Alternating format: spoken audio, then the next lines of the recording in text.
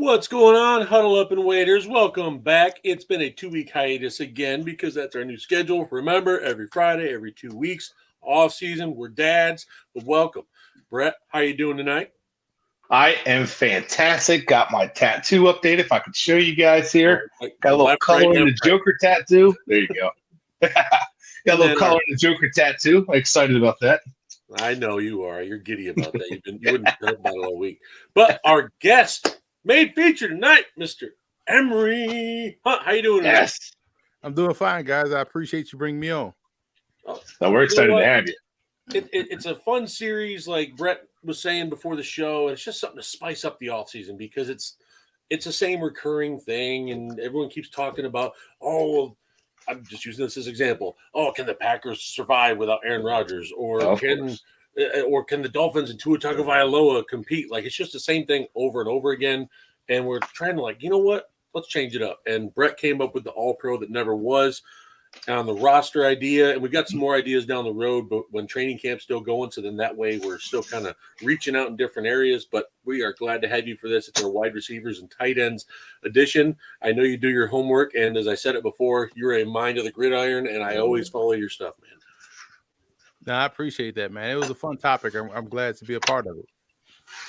So I already I'm guessing you might have some hidden treasures on this list because it's so hard to pick from because there's so many guys that have like these shortened careers because of injuries or just stuff off the field, and it could or just never translates to the NFL, and it just there's so much to pick from, and the tight ends kind of got slim, but I mean, I felt like tight end was probably the hardest one because so many just kind of fizzle out, and so many have a hard time translating to the NFL anyway. That's a tough position, especially as a rookie. Like, you really don't see them produce much as a rookie because they have to learn so much. Blocking, you have to learn offensive line stuff, they have to learn tight end stuff, receiver stuff. It's so overwhelming. I've heard before that corner, tight end, and quarterback are the three toughest positions to learn. And I mean, I can see why, because there's so much responsibility at tight end. So it's really hard to find a tight end that fizzled out. Well, I listened to the With the First Pick podcast, and Mr. Emory here is on there every once in a while. And I do got to go ahead and say I know Mr. Emory is former running back, right? Oh, yeah. University of Louisiana, former terrible running back. Yep. And I you said you had a couple injuries on the podcast that you had, right? Yeah, multiple knee injuries in the same knee, to be honest. So that really cut my career short, like really short. Now, I have a question. Yeah. Are you looking? I know you are a football analyst, mind of the game. Now, being a former player, what's your goal? Do you want to become a GM someday? Do you want to? What's your goal? I love what I'm doing now, to be completely honest, man. And it's funny if you go and check the media guide from University of Louisiana, and it'll say what he wants to do upon graduation. Mm-hmm. It'll say major in mass communication and / broadcasting, and wants to become a sports analyst, sports broadcaster after graduation or when he's done. So I'm actually doing what I really wanted to do. But I've coached, before. Mm-hmm. The GM stuff has come up, and so that'll be fascinating. But I really do love, just being able to talk about ball of all kinds. Yeah. And that's what I kind of cut my teeth in doing, whether it's women's tackle football, Canadian, USFL, XFL, NFL, college, from D1 to JUCO, high school ball. It doesn't matter. So I love the fact that I'm able to do a little bit of everything and talk just football. There's no real designation on it. And again, I'm not tooting my own horn, but I probably say there's probably no one that has as much range as I do in terms of being able to talk football. Toot your horn, buddy. That's what this is about. Toot your horn, man. And I can attest to that because I've talked to Emory when I was interning at Wesley College, and this man was doing, working covering Giants, and then he's covered FCF football right here in my home Delaware, right at Delaware State. He covered a game over there, and you talk to him, and he's like at all levels, and it's so hard to keep up with just D1. He's keeping up with FCS, D3, D2, and he was well aware of the schools I was mentioning to him at D3. So I definitely could attest to that Emory is well versed in all levels of football, which it's pretty cool. Like, just to see someone like take that as career from the passion of football, like you said, it doesn't matter what league it is, all the way down to amateur, high school. It's just fun to be a part of the sport. It just shows you how much you love football. And I mean, that always reflects in the way you talk about football too. Like, just you can kind of tell how much you love it and the excitement you had when you played. Yeah, this is something that's a passion of mine, and it's not like these a lot of people that'll say, "Oh, I love this," or "I like this," and this is something I'm passionate about. Well, we'll see, because this is going on 16 years running. So we'll see how passionate people are. But this is something I know I can say faithfully and truthfully that I'm passionate about. It comes out in your work, like Bret said. I mean, hearing you talk about it, write about it, and then what I love is some of when you go and cover junior colleges to transfer to the Division I and stuff like that. And that's the stuff I love, the USFL coverage and covering those players that go up there, because just like you said, it's the range. It's to have that accessibility to everything, and it shows. So you do great work, man. No, I appreciate that, guys. Thanks a lot. Yeah, and that's why we had to have you on. We're like, what better guest to get on here than Emory? But before we jump into the segment, got to go ahead and give a shout out to Finn's Talk Sports Network. Hit like and subscribe, because Emory, if we don't do that, our producer's going to go beat us in the back if we don't say it. So we got to. Kidding, Alex. Kidding. They beat us with oranges, so you don't see the bruises. But go ahead and give us a like and subscribe, folks, while you're here. But we do have a hot topic to jump in before we get to that wide receiver tight end segment. Dalvin Cook released today. DeAndre Hopkins has been released recently. 2 big free agents. Emory, where do you see him going? I know it's on the spot, hot seat. Where do you see him going? I mean, I can just talk about best fits, and I feel like obviously Dalvin Cook to Miami is an easy one. He gives them a guy that can, the lead-off hitter in the backfield, and it's not like they have a drop-off in speed after him. So you can kind of lead off with speed and continue to go throughout the game with speed with A-Chain and every other back that they have out there on the roster. So I feel like that's a good fit for him. And for Hopkins, I feel like Baltimore is still a really good fit for him, because even though you have Rashad Bateman, you bring in Odell Beckham Jr., those who still have questions coming off of injury. They're great players at their full health, but why not double down or triple down? Because you also drafted Zay Flowers, bring in a DeAndre Hopkins, and now you can really start cooking with gas when you think about your receiver position in conjunction with what they already have depth-wise at tight end. You got Mark Andrews, you have Isaiah Likely, you're getting a healthy Charlie Kohler back. So you got options, and I think adding DeAndre Hopkins could kind of rival what the Bengals did when they doubled and tripled down on receivers for Joe Burrow. Yeah, that's a good one, because Hopkins kind of offers them something they don't have. Like, Hopkins is completely different than the guys you mentioned that are on the roster. And Bateman kind of flashed last year and then kind of was inconsistent. And like you said about Odell Beckham coming off the knee injury, and right around his time frame is when guys start losing some of that speed, especially the knee injury. Can he regain that form, or does he have to regain his form? If you get a guy like Hopkins, it takes the pressure off Odell Beckham from coming back and being the guy he was before, that he could just kind of be Odell Beckham Jr. and then let Hopkins do what he does. That's a really good fit. I don't know why I haven't thought about them at all, and I really probably should have.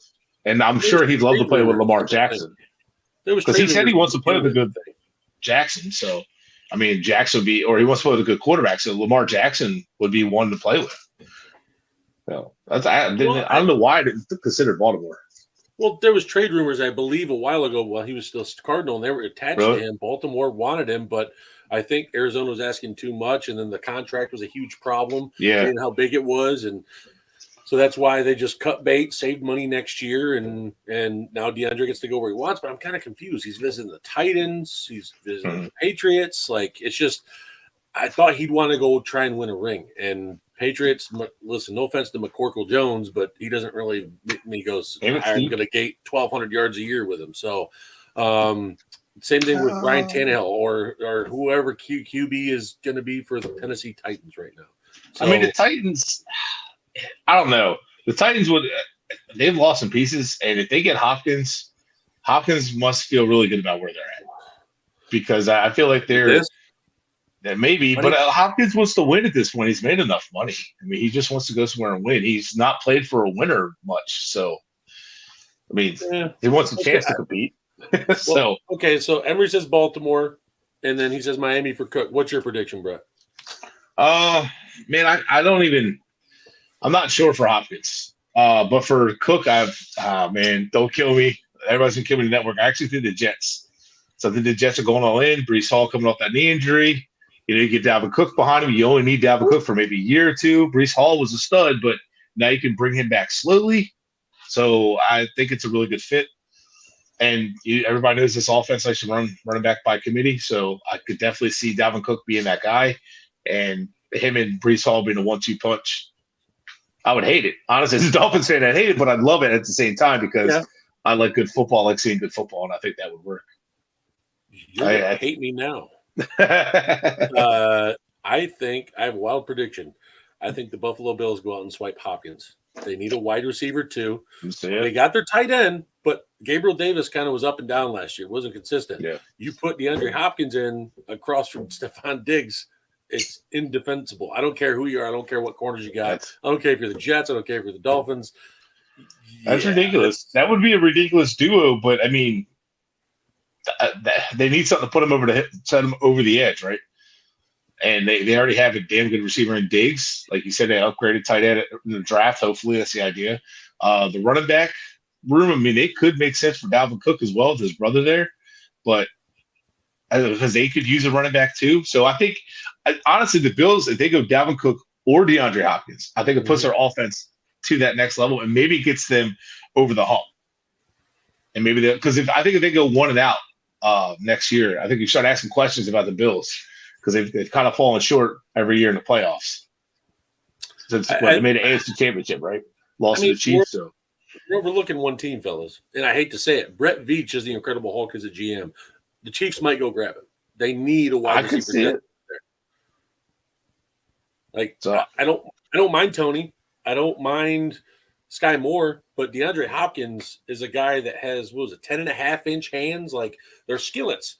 Oh, he's go out there. Patrick Mahomes, that accuracy. Come on, give me a break. Like Travis Kelce's going to get double covered in the middle. You're going to get a 1-on-1 with DeAndre Hopkins. And the Chiefs are the one team you don't have to convince guys to go play for.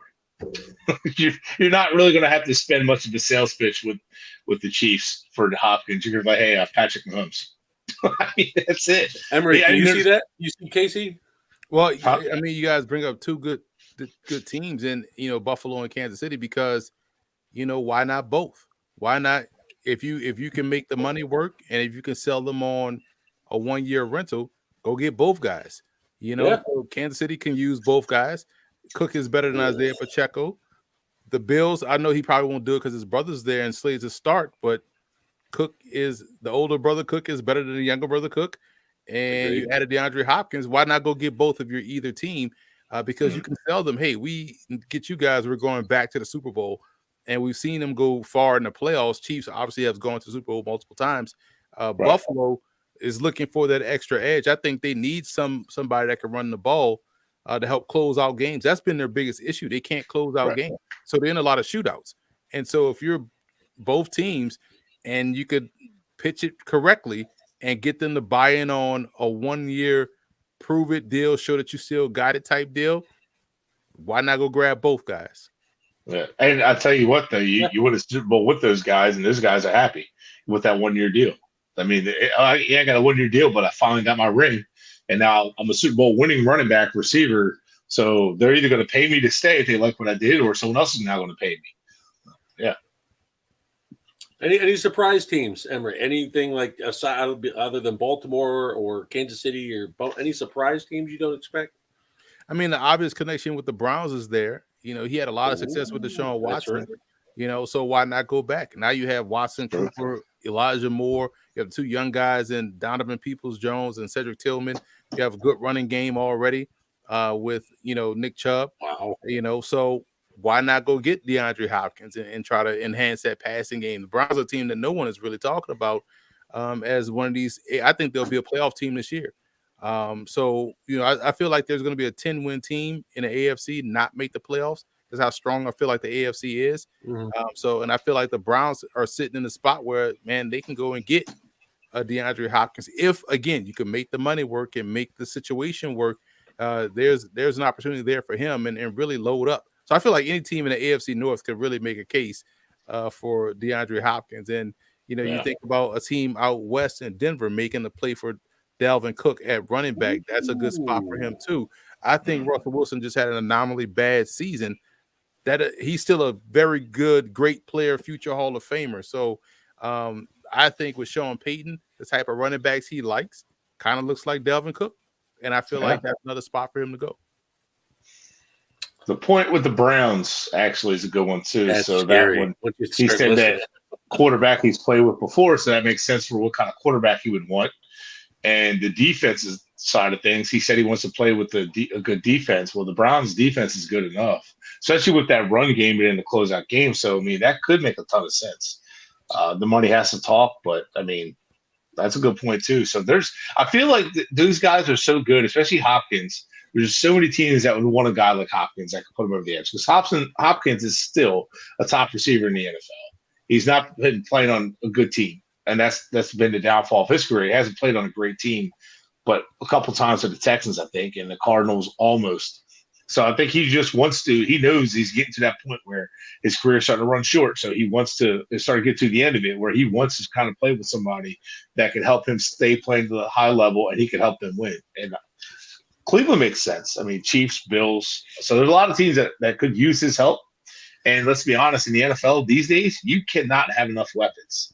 I don't care how you feel about your receivers. If DeAndre Hopkins wants to come to your team and he's available, you at least look at it and see if it makes sense for you. I'll throw out another team, and it all depends on the health of the quarterback, though. About the Raiders, and so you look at the Raiders with DeAndre Hopkins, and now on the other side, Devontae Adams. So and I would still keep Hunter Renfrow because he's so dynamic on the inside, but you lose Waller, so you need another threat there. Not saying Waller is DeAndre Hopkins, but I'm saying you lose a receiving threat.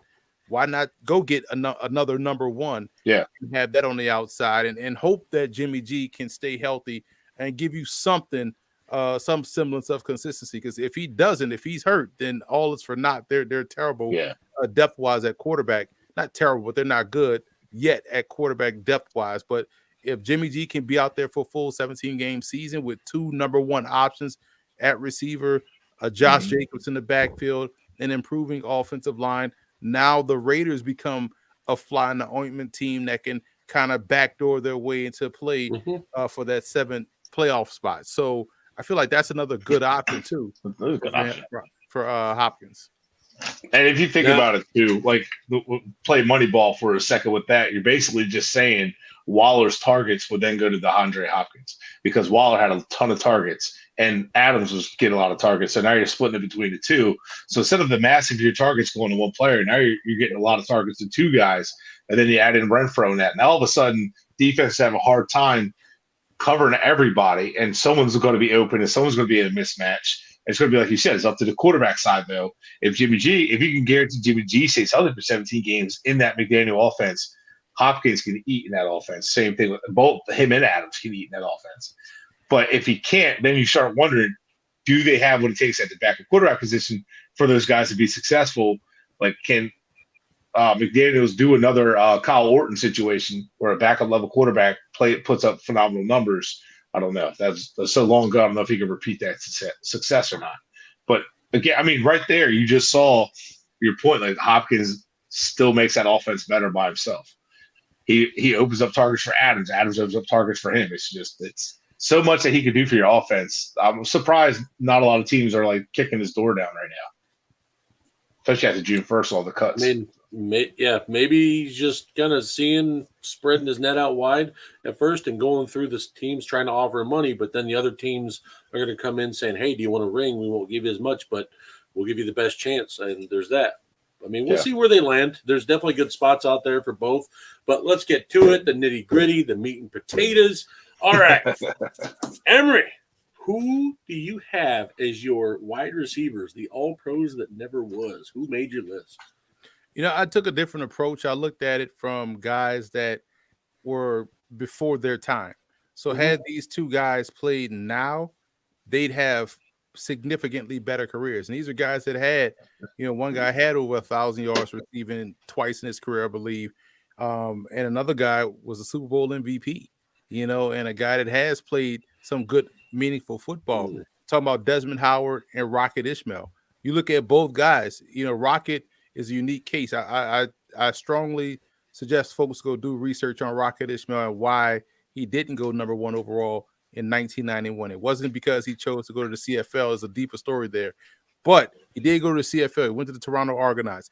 Also, Desmond Howard, drafted in the first round, Heisman Trophy winner, coming off a fantastic career, goes to Washington. I just feel like he was in the Joe Gibbs offense. Joe Gibbs probably thought he had another Gary Clark, another guy that probably should be getting more recognition for the Hall of Fame as well. I thought he was a fantastic receiver. And it just didn't work out. But when you think about how Desmond Howard impacted the game and how he played, man, he would have been perfect in today's game with a quick game, catch and run type game. Rocket Ismail, we saw glimpses of what he can potentially be at Notre Dame. They used to use him in the backfield as a running back. Then he'll play some wide receiver. Obviously, he was a kickoff and punt returner. And you think about how like a Reggie Bush was used in the NFL, how an Alvin Kamara was used in the NFL, how a Eric Metcalf was used. And I know they was playing at the same time, so I feel like those two guys, Rocket Ismail, Desmond Howard, two tremendous players, probably were a little bit before their time. I wish they were playing today because they would have Hall of Fame careers. The gadget players for those in the offense, especially. Imagine if Andy Reid had Desmond Howard, and I know he was a coach there at the time on Green Bay's roster when they won him as a return guy. But I mean, as him now as Kansas City and what he does with Sky Moore and Kadarius Toney, that would just be unreal what he could do with his talent and ability. And Rocket Ismail, yes, I agree. Please do research. He is a very fun player. He was fast. He ran 4.28, 4.2 something. I want to say 4.23 or 4.28 in at Notre Dame, and he ran like 4.3 in pads. So that's insane. 4.3 in pads is insane. I mean, 4.3 is fast regardless, but in pads, that's just nuts, man. And the thing is, when you watch him, he actually had that kind of game speed. He could make those plays on the field. I like the way you approach that. It's different. It didn't have to be anything else. So just the approach and the idea, the concept of what if. So that scenario, like if they played in today's NFL, that works too. Like they could have, because they didn't have great careers, but they flashed enough, and they could have had great careers in today's time. I like those two options there. Especially Howard. I knew that got Dave going. Oh, yeah. Hey, shout out Heartthrob, Desmond Howard, Super Bowl 31, baby. Bring it back. I love it. All right, Brett, but who you got for your still one of the best analysts on TV, though, Desmond Howard. He's one of the funnest analysts on college football. Him and Pat McAfee together are crazy, and I love it. It's great TV. But, so, Brett, the two I got. So one of them I hated at last week. It's a shame because when he played on the field, he played very well, and that's Justin Blackmon. I don't think there's any doubt in anybody's mind that he was going to be one of the next stud wide receivers in the NFL. It was pretty obvious. Duke could not be tackled. Like after the catch, he was so good. Wasn't even the fastest guy, but he just caught the ball so naturally, so strong. And it just the drinking got in his way. He could not get away from that demon, and it just ended up ruining his career. A couple DUIs, and it was constantly in and out of trouble. And just imagine what he would be today if he never got in trouble. If he could have stayed clear of alcohol, if he could have stayed clear of that demon and got that taken care of, imagine what he could have been. We probably talk about him still right now as one of the top receivers in the league. He was really good. It was just no question in my mind that like Jaguars nailed that pick with him. And it's not awful. I mean, so many times you see a bust at receiver, and I think they took him 5th overall. I can't remember now, but he just was. It was unfortunate because that drinking, the DUI, he got put on probation for a year, and it just seemed like it spiraled out of control little by little. It's a shame because, I mean, he came after Des Bryant at Oklahoma State when they were putting in some good wide receivers, and those two in college ago, that's insane to think about having to cover that. And then he comes in right after Des Bryant, just showing that he's good, but it's just the character concerns just ruined his career, and it's a shame to see. But I think, no doubt about it, he would have been a top player right now. And then my other one was more of a tragic one, is Chris Henry, played at West Virginia. I don't know if you guys remember, he tragically passed away when he fell out of the back of a pickup truck. And he was lesser known because opposite sides of him was TJ Houshmandzadeh and Chad Ochocinco, Chad Johnson. he kind of got overshadowed by those guys, but he was money on third downs. He in the second year, he had 9 touchdowns with those 2 guys around him. I mean, that's 9 touchdowns, a good season for any receiver, but 9 touchdowns with TJ Houshmandzadeh and Chad Johnson on the same field. That's really good. And I always remember watching him play, and it felt like Carson Palmer was very comfortable going to him in certain downs or when they needed a big play. Chris Henry was always there making the plays. And I remember when they lost him, while his numbers weren't always the most productive, when they lost him, their offense took a step back. Like they lost that explosiveness over the top, and it allowed people to key in on Houshmandzadeh and Chad Johnson, which they were still able to play, but it just kind of like they lost their step a little bit, like lost their identity. And Chris Henry, I think if his last year, TJ Houshmandzadeh wasn't there and he got hurt and that's when he passed away. I really believe that he was on the verge of breaking out. And if he didn't pass away, I think his time was then. TJ Houshmandzadeh had moved on to, I think, the Raiders. He could have taken that role, and I think he would have been a focal point of the Bengals for quite a few years. I don't know if he ever would have been like an elite player, but I'm pretty sure he would have been at least a good player to where like he would have been putting up good numbers, at least a Pro Bowl play at level. And rest in peace to Chris Henry and that memory of him, because I mean he was a heck of a player, but the stuff they mentioned what he did off the field too was pretty special as well. Mm-hmm. He was a good guy off the field. He was a good kid all around. He was a fun-loving kid too. And it was a shame that he passed. Well, I'm going to go ahead and jump right into mine. My first one is Josh Gordon. I know it's kind of low-hanging fruit, but I'm going to go ahead and say this. I understand the rules were at the time, but now that half the country or more than country has marijuana legalized in their states, I feel like he was handicapped by that, and his career was shortened with all the suspensions he got, and he had to sit home. And I understand there was other stuff besides that, but there's a lot of that time he was suspended for marijuana, and you see other players now the NFL saying, oh, well, yeah, now certain situations they won't get suspended. And I'm like, come on. This guy looked like the next Calvin Johnson. Josh Gordon was that good. His stats were right below Calvin Johnson. It was nasty what he was doing on the field. And it's just a guy when I felt like he never got that second or third chance because it looked like anytime he even breathed the wrong way, NFL slapped him on the hand. Mm-hmm. Josh Gordon was such an amazing talent, and he's my first selection on there. The second one, I'm homering. It's a Packer, but played 6 years. I purposely gave him this one and purposely didn't choose this one. Yes.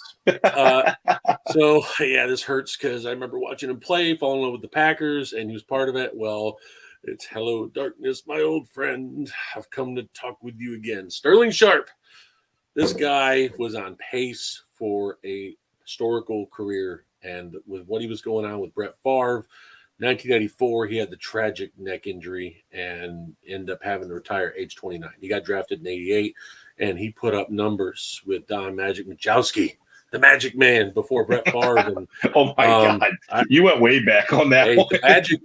Magic Man, baby. But Sterling he had a different ability on the field, and Shannon at his Hall of Fame induction, he said, "I'm not even the best Sharp brother."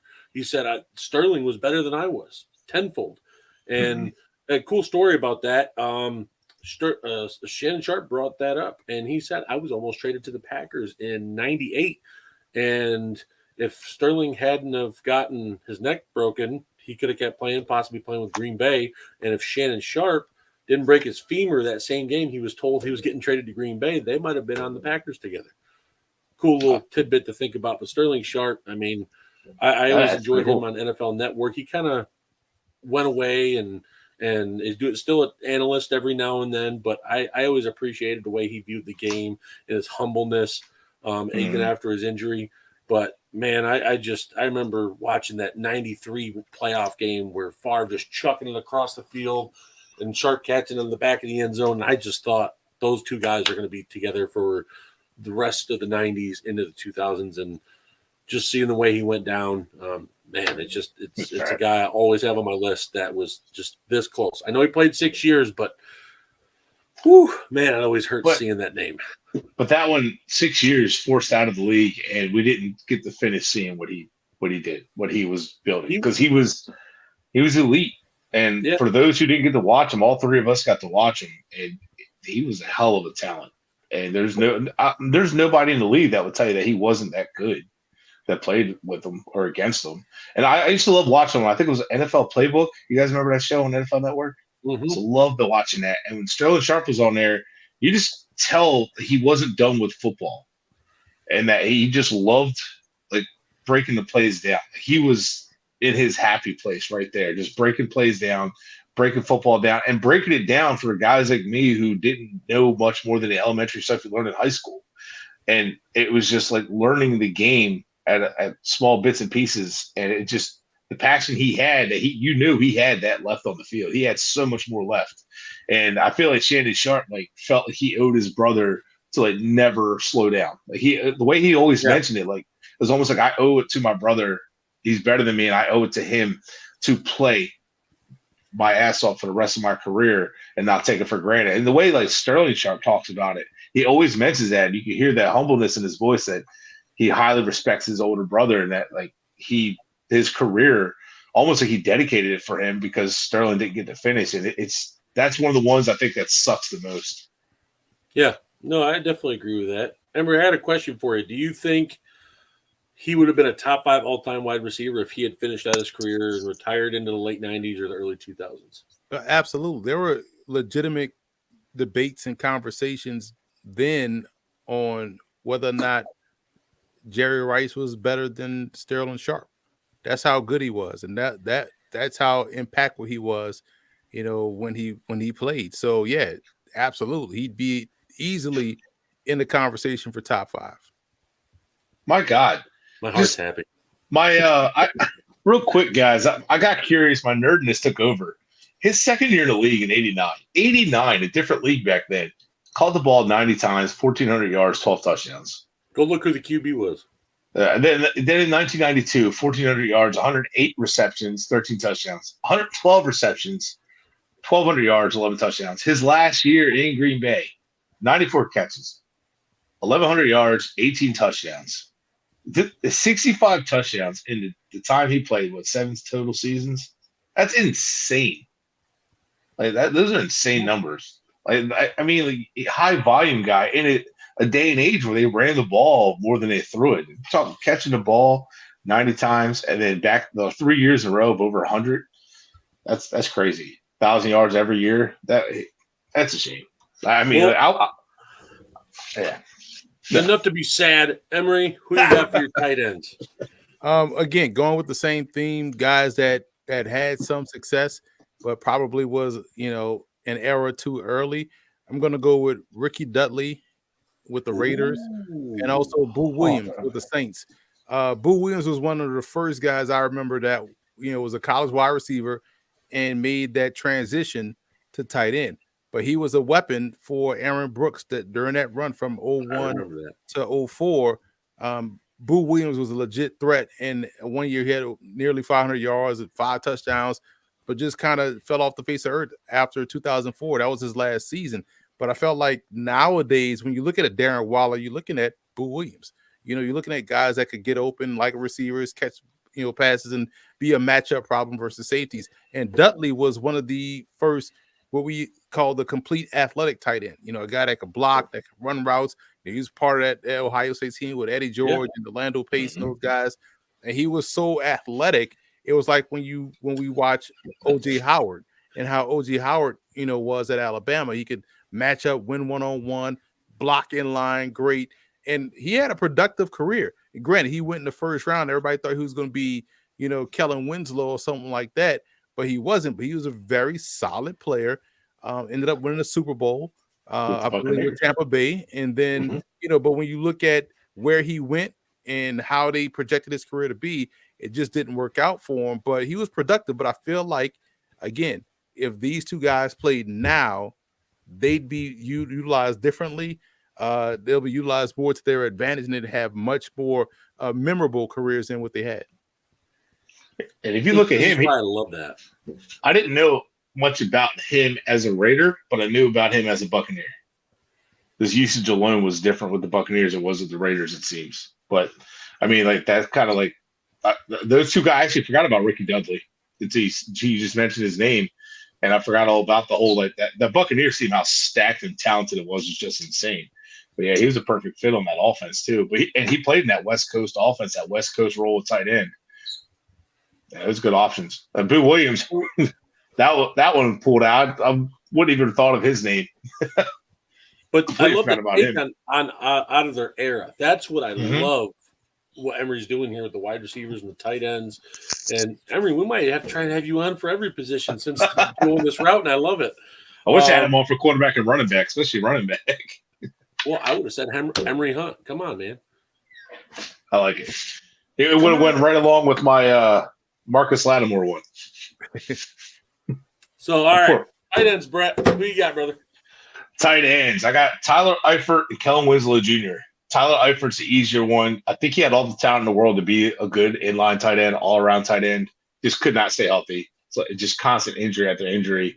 When he was healthy, he flashed. He showed what he could do. Good blocker, just your traditional tight end. And unfortunately, just couldn't stay healthy. Could not stay on the field, and it just kind of ended his career. He just kind of became a role player, a secondary tight end, and kind of bounced around and hasn't played in the league since 2020.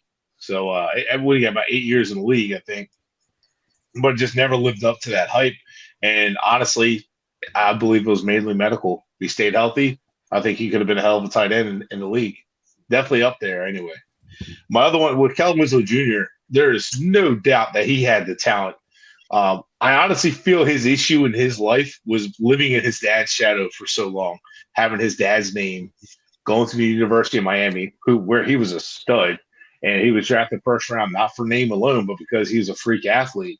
And I just think the pressure of trying to not be Kellen Winslow Jr., but trying to be Kellen Winslow Sr., I think it just wore on him. And I feel like the media kind of pushed that on him, coaches and different things. And I think that being compared to his dad constantly, I think just wore him out. And I think if he can go back and remove that cloud and that shadow of trying to be his dad and just be himself, maybe I think he could have put things together and been a great tight end, like one hell of a tight end. Yeah, I definitely agree there. I think that also too. I mean, you go look at tight ends out of Miami during that time frame when he was coming out with Greg Olson, Kellen Winslow Jr. It was tight end U for a little bit. It was coming out, and there was just guys. Jeremy Shockey, Bubba Franks, same wavelength, baby. Bam. Yeah, so there's a lot of tight ends that came out of Miami back then. So that you have to live up to your dad. You have to live up to these fellow tight ends you're following, and going along with and playing in the NFL. So I mean, that pressure built up to him, and it's a sad story where he is at now and what he's going through. And it's just one of those stories you just wish you could turn something around, those bad decisions, and get him on the right track. I wish he could have been drafted by like a Belichick or an Andy Reid. That could have changed his career. Yeah. If he could have went with just a coach that could be that like coach. And I think one of those coaches would have told him, hey, you don't have to be your dad. You just do you. You're a great athlete. You're a very good, talented kid. You just be yourself and, listen to us, and you're going to be a one hell of a tight end. I think he just needed that guidance. I think that's all it is. That's why I hate when people are hard on some of these kids that come into the league that are have character concerns, because sometimes they just need that guidance. They just need I don't know what you want to call it, a father figure, a leader, just somebody to guide them and help them, because they are under a lot of stress in the league, especially a first-round pick, to perform right away. And that's a lot that you're just throwing money at these guys and saying, hey, go be my savior, my franchise. And it's hard on them sometimes. And sometimes they just need that guidance to kind of push them in the right direction. And maybe sometimes it's not. Sometimes that's not enough. But I really think that Kellen Winslow Jr. was just one of those guys. Yeah, no, he definitely was. My first tight end is picked in the first round, 22nd overall, 1997, David LaFleur. Now, what weight on shoulders do you have with Super Bowls with Jay Novacek? And at that position, you have to be able to handle that. And now you got a guy coming in. He's supposed to be the next big hype. And he was very inconsistent in his first three. I think he played 4 years and then played a little bit in his fourth year, but his mainly 3 years, he was just up and down. And then he got out of the league. And his highest receiving yards, I believe, was a little over 800 from what I remember. And it's just his first year he came in, it was about 300-400 yards. Second, 800, dropped back down. And then Jerry Jones, as we know, doesn't have any patience for no one. And if you don't produce, you're out of here. And the fact he got 3 years was surprising enough there. But I remember him having those big flashes in 97, 98, and then just disappeared. And it wasn't really injuries. It's just he couldn't translate it to the game. My second one, another heartthrob, homer in a little bit, but sadly another broken neck in Green Bay, Jermichael Finley. This guy coming out of Texas was supposed to be, and this could also align with Emory's take on before their time. And Jermichael Finley, if he was drafted in today's NFL instead of those mid-2000s and around there and drafted in the teens, could be like a Travis Kelce type, a Darren Waller or Rob Gronkowski. He had the size. He was 6'6", 240, I believe, 245, big old body, run like the wind. His hands were a little rough every now and then, but his coming out game was 2009 wild card game against the Arizona Cardinals. He had 150-plus receiving yards and went off. That was the game where Packers lost with the overtime sack fumble, but they came back after Arizona was up multiple scores, and Jermichael Finley was just eating up the middle of the field. And I remember the same. This kid has got it. We finally got a tight end that can open up this offense. And then he was consistent all the way up through. Ended up getting hurt in 2010, unfortunately, for our Super Bowl run. And then 2013, I believe it was week 3, a week after Nick Collins unfortunately broke his neck. He ended up breaking his neck in the game, landing on his head crooked. And wow. It was back-to-back. I forgot about Nick Collins. I remember that. Nick Collins and Jermichael Finley back-to-back weeks. We lost 2 really good players off of that Super Bowl roster from 2010.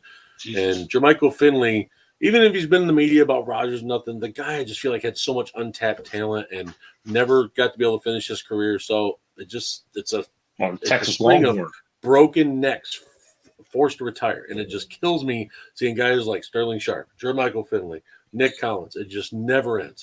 So, yeah, Jermichael Finley, like I said, I homered a little bit on these, but I got a reason. But no, I definitely feel that everyone we picked tonight definitely deserves that spot on the roster we're trying to build and show that respect, because the talent's obviously there for all the players, and they deserve to have that privilege to play in the NFL. But no, at the end, Emory, thank you again for coming on, brother. We really appreciate you. Go ahead, Emory. I'm sorry. I was going to say, I appreciate you guys bring me on. But we really love having you. I love the options you picked. Love the way you made that the whole segment we have your own kind of way. I like that twist to it. And I mean, this is just for fun, just kind of like seeing how people think about what could have been, and just kind of almost like reminiscing. You brought up some names and maybe that reminded me like with Dudley there, like that. I forgot all about like that with that Buccaneers team, how good it was and talented it was, and good points with Desmond Howard and Crockett Ishmael, because those are guys that like you're right. Maybe today's time they would have been different, and it makes you wonder, like, man, these guys, like, imagine them playing today. How good some of those guys. There's even guys we didn't mention today, what they could be in today's NFL, and it's kind of fun just to do that. What I might do, I might actually do a bracket and do a poll with all these all-pro teams and see what people like, how they vote on it, all of our picks, and then and see what happens with it to see who like would be the final winners of the all-pro team. It might be fun too. Yeah, I like that. Emory, so you're more than welcome to come back on as well. You're part of the family now on Vince Talk Sports Network since you had that inaugural episode. So if you want to come back on in 2 weeks, you are more than welcome. I believe we'll be covering offensive linemen and for that next week. And it's a broad spectrum: tackles, guards, centers. There's a whole. We might do 3 selections for that one since there's so many options there on the talent coming out for those. I think so. Just let us know, and you're more than welcome to come on. Well, I appreciate you guys. Thanks again for having me on. Thank you, man. Have a good one, Emory. Oh, no problem. Have a good one, Emory. Have a good one, guys. All right, that's it for us, guys. Till 2 weeks from now. Later.